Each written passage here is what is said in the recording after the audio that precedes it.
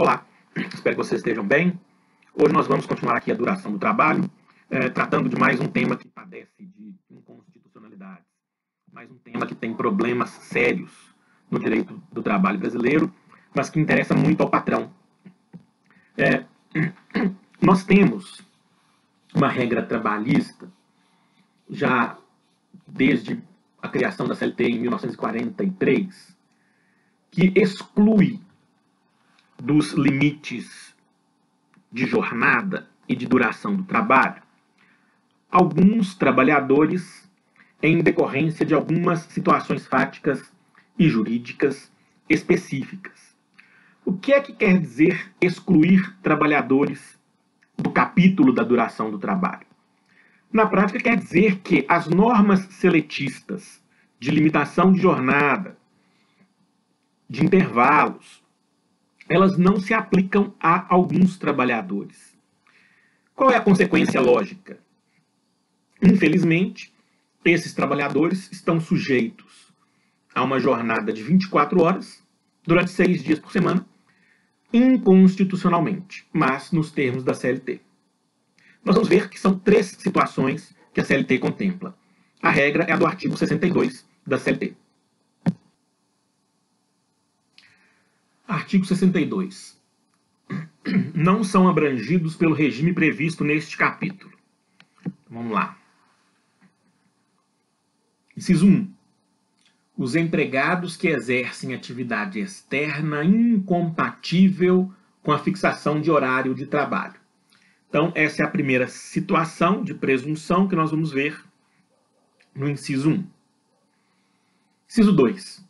Os gerentes, assim considerados os exercentes de cargos de gestão, aos quais se equiparam para efeito do disposto neste artigo, os diretores e chefes de departamento ou filial. Inciso 3. Os empregados em regime de teletrabalho. Então, nós temos 3 situações em que o legislador infraconstitucional, ao meu sentir, não autorizado pela Constituição, resolveu não contemplar com as restrições de duração do trabalho. Ou seja, 3 situações em que é ilimitada a exploração de força de trabalho inconstitucionalmente, repito. Mas a aplicação é como se fosse tudo conforme a Constituição. Então não vou nem ficar insistindo nisso, mas, para marcar, isso agride frontalmente o disposto no artigo 7º, inciso 13, da Constituição da República e também inciso 16. Leiam isso na doutrina.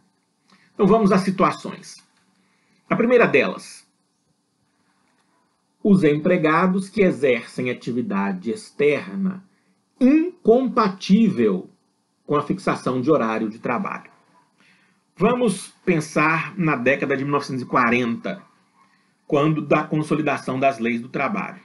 Imagine um motorista de carreta, um vendedor externo, um vendedor pracista. Imagine um trabalhador que não está no estabelecimento empresarial. Na década de 40, ele saía para fazer a sua tarefa e o empregador não tinha a menor noção do seu horário de trabalho. Pense no motorista que vai fazer uma entrega lá no Nordeste. Ele sai daqui de Minas Gerais na segunda-feira, de manhã, e o patrão não tem notícia dele, na década de 40. Hoje não.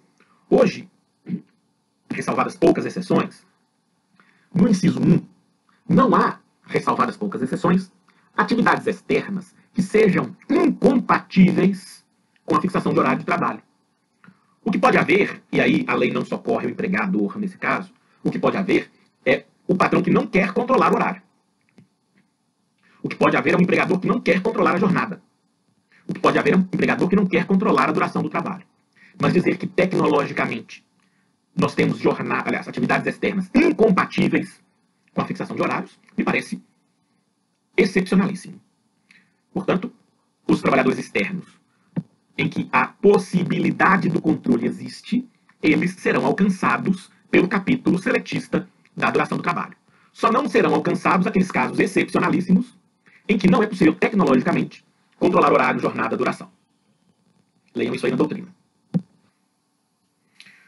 A segunda situação, que também não tem ressalva constitucional que pudesse permitir sua previsão infraconstitucional, é a situação dos gerentes. Vamos à regra do 62.2. Os gerentes, assim considerados os exercentes de cargos de gestão, aos quais se equiparam, para efeito do disposto neste artigo, os diretores e chefes de departamento ou filial. Parágrafo único. Acompanhem aí na CLT de vocês. Parágrafo único do artigo 62.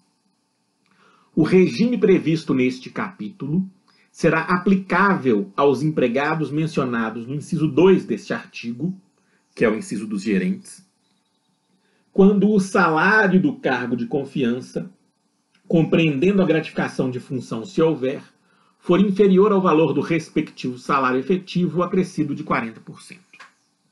O que o legislador infraconstitucional fez, ao meu sentir, contrariamente ao disposto na Constituição de 1988, portanto, não recepcionada a regra? Ele criou duas exigências infraconstitucionais para afastar direito fundamental. Mas vamos a elas. Primeira, que subjetivamente nós tenhamos o exercício da gerência. Gestão. O gerente tem que ter uma equipe, tem que ter um comando. Não basta ter o título de gerente.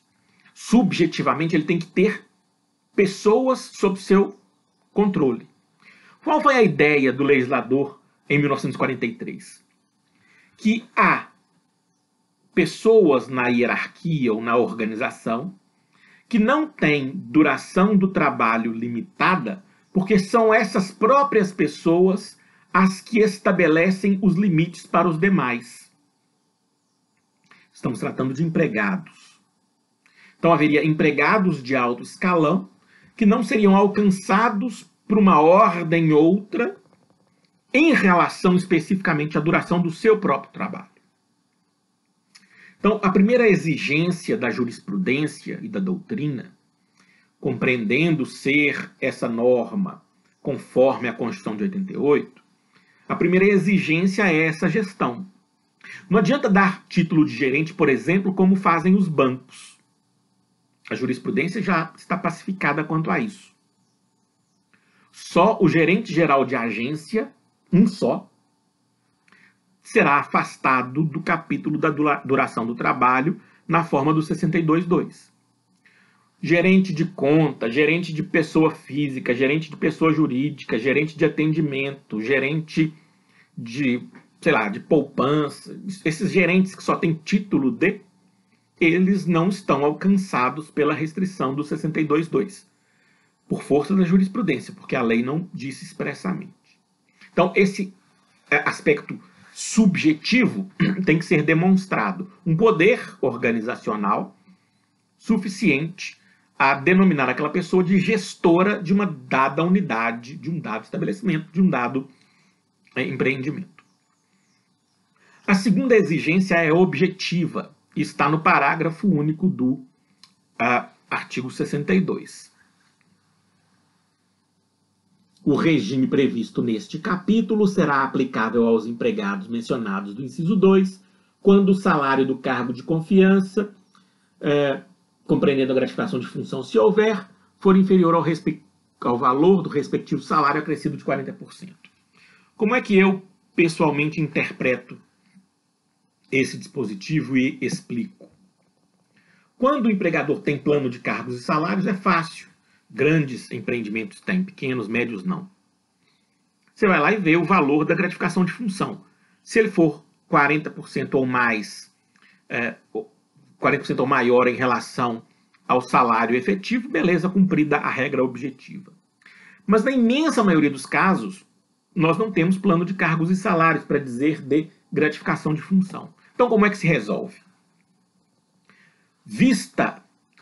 Ou feita a análise subjetiva, esse sujeito é gerente. Beleza.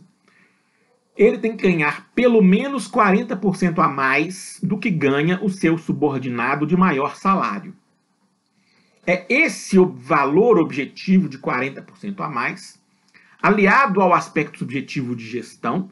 Esses dois aspectos reunidos justificam, inconstitucionalmente, mas justificam, o afastamento do capítulo da duração do trabalho.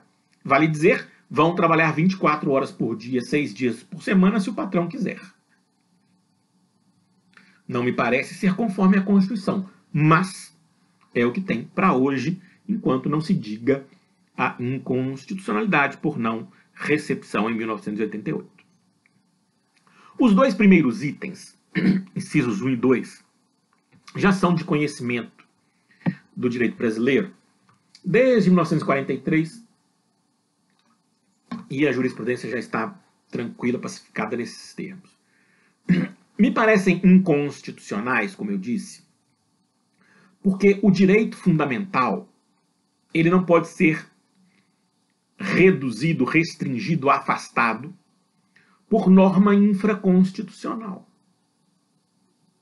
A não ser que a própria Constituição permita que tal se dê. Não é o caso do artigo 7º, inciso 13.